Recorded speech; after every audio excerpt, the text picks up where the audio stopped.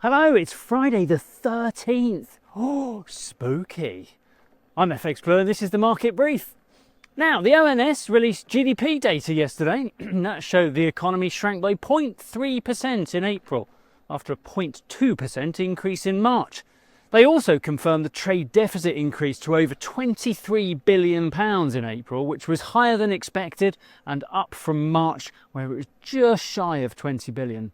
Bit of a hammer blow for Reeves, less than 24 hours after she outlined her spending plan, especially where she lambasted the Tories for making unfunded commitments, and yet here we are, crossing our fingers for future economic growth.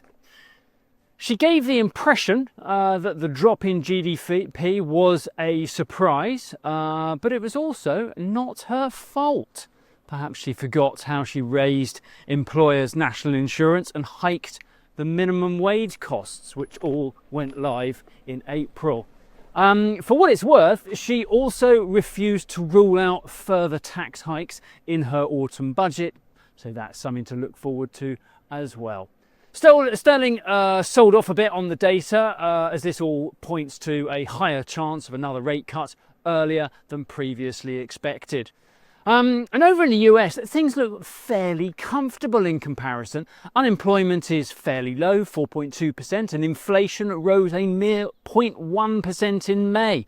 That's despite all the recent turbulence where Trump eroded international confidence and the dollar lost about 10% of its value. The weaker dollar, of course, increases the cost of imports, but it does make US exports cheaper in the overseas markets, which is exactly what Trump wanted to engineer. However, the tariffs are due to come into full force next month, and they are a significant factor for why the Fed does not want to cut rates yet. There is still plenty of uncertainty left in the current environment. There is a little less uncertainty over Powell's job, though, for the time being at least. That's after Trump said he didn't know why it would be so bad if he did fire him, but he was not going to fire him. But who knows, maybe that means he'll be gone by Monday.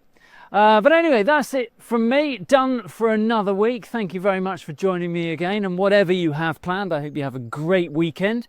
We go again on Monday. All the best. If you do not have a clue, then just tweet through and ask FxPlew.